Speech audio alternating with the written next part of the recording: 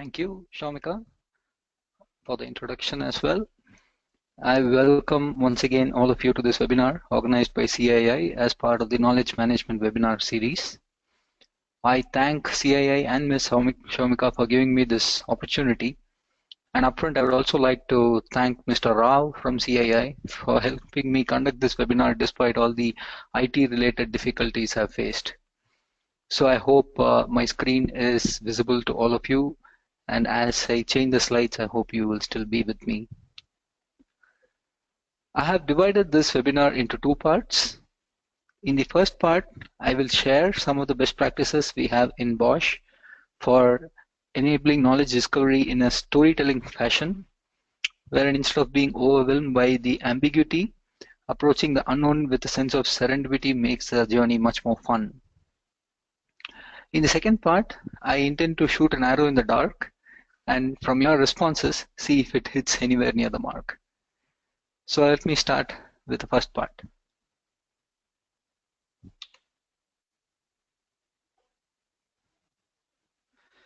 The Kai Po Chi way.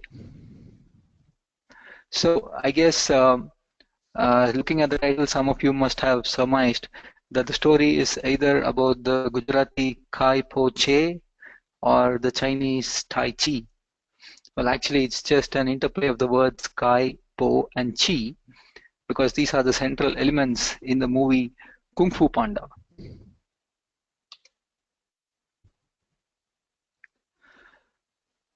I hope, like myself, some of you are also a fan of the Kung Fu Panda movie series. Well, embedded in almost all movies are also some good lessons in management. So I often turn to the movies to derive some inspiration. For those of you who aren't familiar with the Kung Fu Panda movie, I have here a quick gist on the left side in my slide, and I will also just like to read it out for everyone's benefit. Kung Fu Panda, whose name is Po, is faced with a very unique antagonist in the third part of the movie series. The antagonist is named as Kai. He is also the collector of Chi, which is the superpower from all the Kung Fu teachers on the earth and the netherworld. With so many Chi, he is truly a one-man army. Po cannot face this villain all by himself, but other than an extended family of pandas, there is not a single trained Kung Fu fighter on his side. How he marshals the docile pandas into facing the deadly Chi and defeat the all-powering Kai is a lesson on leadership. We as knowledge managers are the Kung Fu Pandas of our organization. So let's see how Po did it in order that we can also do something in our organization on similar lines.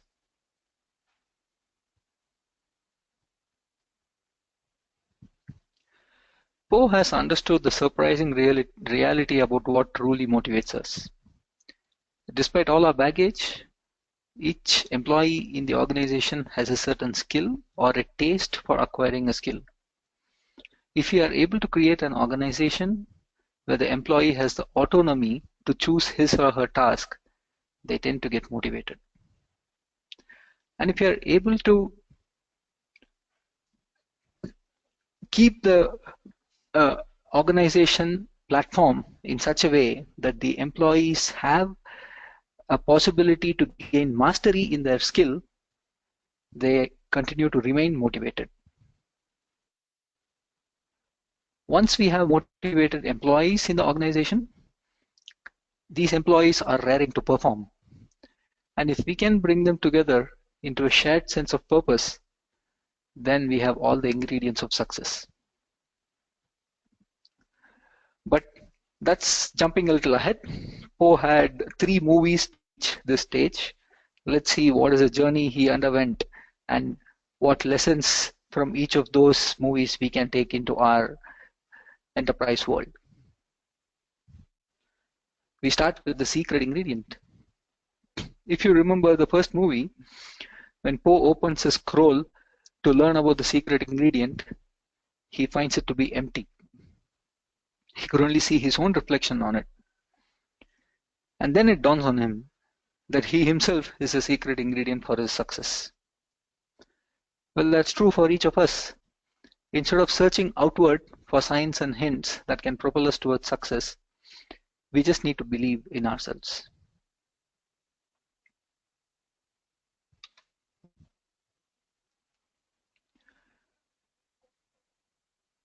What does believe in ourselves mean?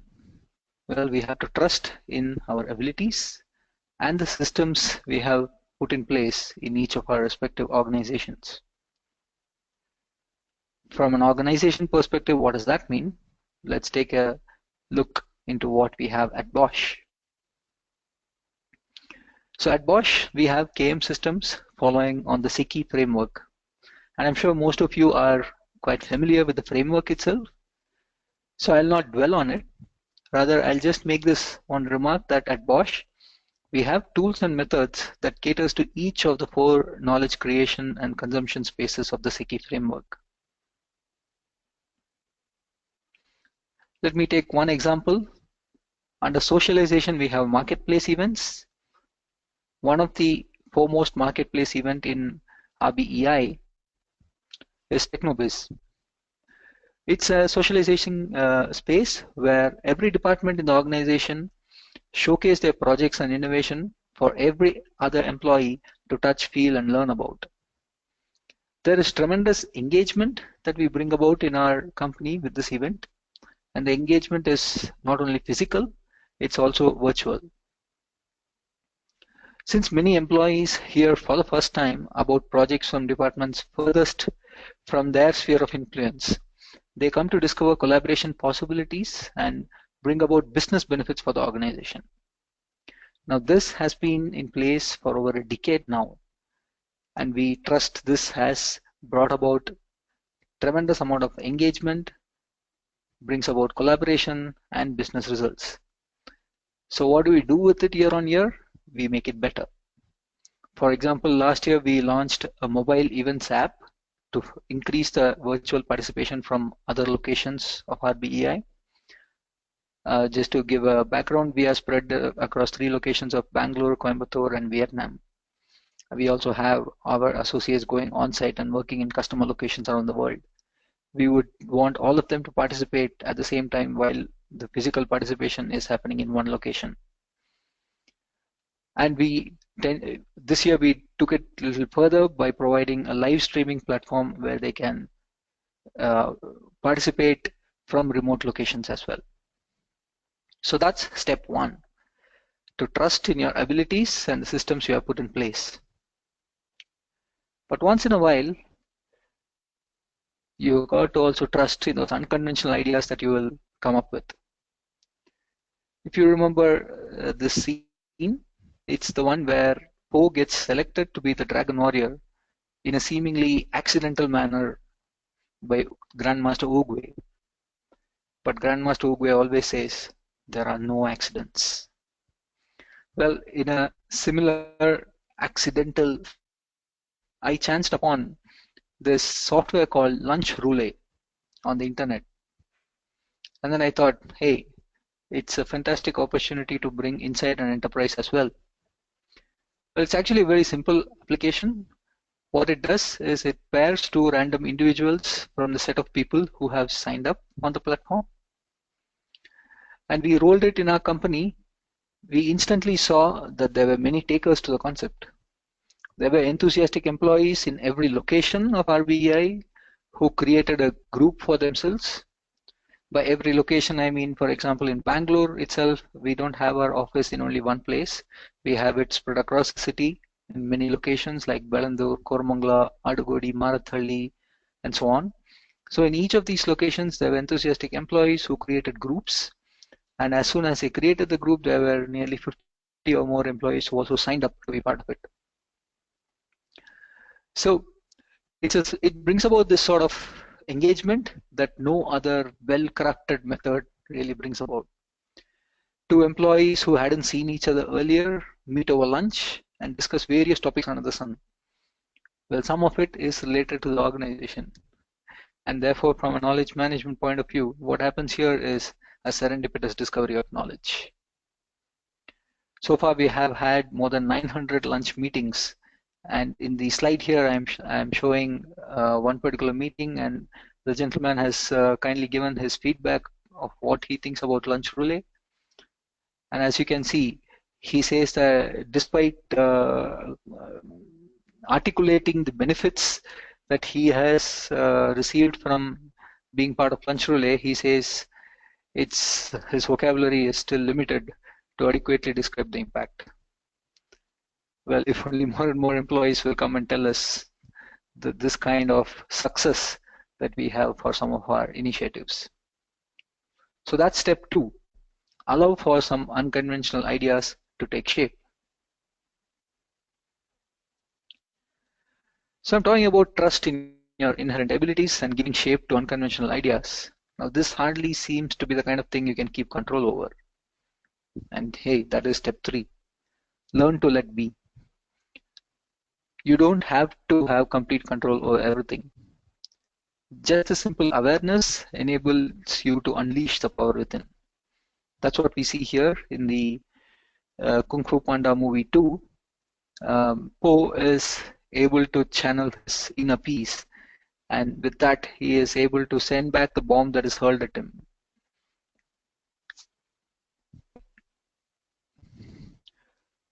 Going to our organization, relating with this aspect about not having control over every initiatives. Well, we also have in Bosch enterprise social network. I'm sure most of your organization also have something similar. And when you rolled it out, you did it for the benefit of the organization, not for personal gratification like people get from Facebook or Twitter or Instagram. But what happens over a period of time, you find that the sort of activities that goes on the enterprise social network can hardly be fit for an enterprise. It's mostly out of control inorganic growth with huge sets of non-business topics. People will talk about trekking, going on outing, music, all topics that are classified as hobbies and not work will come to be part of this enterprise social network. But that's okay. Of course, it will happen. What you have to realize is that you cannot have control over it. You don't have to shut it down. Rather, realize that there must be some positive effects as well. And this is what we did in Bosch in North America. So a survey was conducted to understand what have been the impact of the enterprise social network on the company in terms of engagement and collaboration. And you can see that from the survey what we found that Bosch Connect users have reported higher engagement levels than non-users. Bosch Connect, of course, is the enterprise social network we are speaking about inside of Bosch. If you see, for example, in the middle, we have a question in this survey which says, at work, my opinions seem to count. The blue bar here says 79%, which is the users who are on Bosch Connect. The gray bar says 67%, which is the users who are not on Bosch Connect. So you can see that an employee feels connected, feels that his opinion counts in the organization just because he is active on Bosch Connect. Well, of course, what it presupposes is the leadership is also active on Bosch Connect, and therefore the employee feels that his opinion seems to count. But it's not just a relation between engagement and Bosch Connect usage, but we have also established a causal link, not a correlation, but a causal link between Bosch Connect usage and competency. So we find that users of Bosch Connect report higher competency. And if you have competent employees, it's always good for business. Right? So that's step 3. Let go of the illusion of control and unleash the power within. Step 1, 2, 3 sounds good, but sometimes we even have to go beyond. We have to develop additional capabilities only by setting ourselves up for failure. What does that mean? So in this scene here, this is from the Kung Fu Panda 3, where Po has been nominated to be the trainer, and when in his very first attempt as trainer, he does a miserable job and lands all of the students in trouble. So that is setting yourself up for failure. But then by doing that, what Po did was realize his true potential. So this is the movie where this is the scene in the movie where we see that the family of docile pandas are actually training for war. They had nothing to do with Kung Fu all these days, and now they are able to train for war against Kai. So, what are we doing similar to that in Bosch? Well, at Bosch, we have realized that, like in many organizations, there are the dual issues of unutilized capacity in some departments and under-resourced tasks in some other departments. So at Bosch, we have created this platform called Oasis, where capability can meet the opportunity. Why is it setting ourselves up for failure? What's the correlation here? Well, what we are essentially saying is employees can now look for tasks to execute outside of their current reporting structure. Typically, project managers would like to have complete control over the activities, the timelines of the team member. But at Bosch, we are saying that, hey, let go of that control. We want the employee to also make use of his own time to contribute to tasks which are outside this department. It's an attempt. We have embarked on this ambitious journey to crowdsource competencies from across the organization. We have to wait and see how we fare in it. In the movie, as we saw, that Po has trained them well. But what happens in the end is Kai is able to drag Po into the netherworld where none of the other pandas are able to follow. But then the pandas realize their true potential and realize that they also have chi, which has not been taken away by Kai. And they are able to channelize this chi from Earth to support Po in the netherworld. And that's how Kai ends up getting defeated. So at Bosch 2, we hope to realize our true potential one step at a time. So to summarize part 1, Kai Po Chi, there is no secret ingredient to bring about greater employee engagement and collaboration. You just need to trust in your abilities and the systems you have put in place. You have to allow for some unconventional ideas, let go of the illusion of control, and wade into uncharted territories. I hope part 1 was interesting for you, but I've got more. And then we go into part 2, which is about talking about the elephant in the room. We are now talking about addressing the perennial issue of adoption of KM methods and tools. As you can see, we have at Bosch so many KM methods and tools following a certain framework, following a certain also things which don't have some targets. For example, lunch relay, we did not necessarily have a target out of lunch relay other than the fact that just enable for serendipitous discovery of knowledge. Despite all this, we often find that the adoption of all these methods and tools remains quite low. Now, to say that it has been a grand success, we would want many more users to adopt it and to use it. In the case of lunch rule, for example, I showed that in a period of 1 year, around 900 lunch meetings have happened. 900 lunch meetings from about 125 associate employees who have signed up in the platform.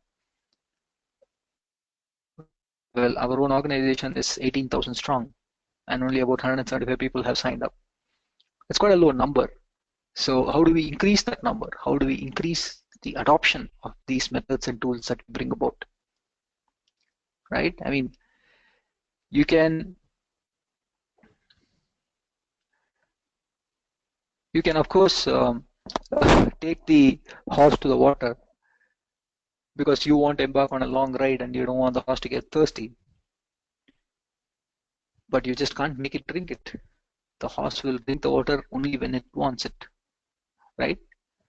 And that's the same with employees. You bring them the best in class knowledge management methods and tools, but they may not want to use it, they may not want to be part of it until it's too late. Until they are in a situation that they desperately need help.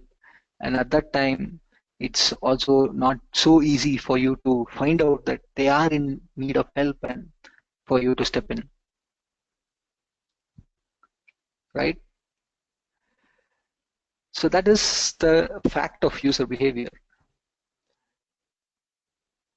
Moreover, knowledge management is about people, not about documents. So you have to see if people are actually using all the KM systems, and you find that not so much. The reason for that is we have made our knowledge management system centered around content. We want to ensure that all the knowledge is available whenever the employee is in need of it. And we have provided him with means and methods to access that knowledge with ease. Like we build very good search engines. But the trouble is we are treating content as king while context is God. Context is what the employee is in. So to understand the context of the employee, at Bosch, we are now embarking on bringing in machine learning. Machine learning will try to understand the context of the employee and enable him to use the right knowledge management method seamlessly. What do I mean by seamlessly? Well, one of the things is people tend to go to Google searching for information if they are in need of some information. Well, the employee can continue to use Google, but through our machine learning platform, we try to also provide him results from our own enterprise knowledge networks. So that way, we don't even try to alter the user behavior explicitly, but implicitly drive him towards the knowledge management systems at Bosch. Now, this approach, why is it any different from all the approaches that we have taken so far in the KM methods and tools that we have built? There is only the difference that we are now adapting around the user behavior rather than focusing on what technology platform is available. But other than that, it doesn't say much. So we still will not be slow of adoption with this to the extent that we would like. Perhaps from 10% we will move to 25 or even 30%. But if we want to say success is when more than 50% of the employees are using your KM methods and tools, we'll have to do much more. So what is that much more? Well, we can try and understand what we have been doing till date. We can try and gather some knowledge from different studies, and we can try and find out methods that we could do to further this. So to put knowledge management in a nutshell, we have these three primary aspects: strategy, logistics, and marketing. Under strategies, we have always taken lessons from the MBA world and driven the discipline with able blessings and support from our leadership. Under logistics, we have made use of the latest technologies like machine learning even to further our cause of right knowledge at the right time to our employees. Under marketing, we have mostly relied on awareness campaigns and marketplace events to ensure that our tools and methods reach our employees. However, despite the strong organizational backbone, despite the right pillars, success as measured through adoption seems elusive. What do we need to do then? Well, we need to analyze why the behavior of the employee is in this fashion that the adoption rates are so low. So if you analyze that, you will see that there are primarily three factors that goes into the behavior of employees in an organization. At the core, you have the issue of trust between employees in a same department, trust between employees and their supervisors, between employees and support functions, between employees and HR, and so on. Shaping the trust are the policies of the organization that are doled out from the HR. Essentially, these are incentives that our organization throws at an individual to advance his or her career. There have been several studies on the resulting behavior of the employee. The most striking of them that I have come across till date is the Parkinson's law, which simply states that work expands to fill the time available. And actually, if you see, this works counter to most KM attempts, which is trying to improve productivity. The full manifestation of the employee behavior is most as the culture of the organization. Several studies, such as threshold models of collective behavior or self-control ability, have shown that the individual gets molded by the organization to behave in certain specific ways. The ability to resist the temptation decreases gradually. Now, let me try to put a parallel to this culture aspect. Let's take the example of lane discipline in Indian roads. Well, if you think about it, you'll surely agree in principle that lane discipline actually helps you reach your destination faster and safer. However, when you actually get down to the road, you see that too few agree with you. Everyone seems to have the same goal: reach their destination quickly without getting killed. But everyone seems to have their own methods, not the one prescribed by the city traffic authorities.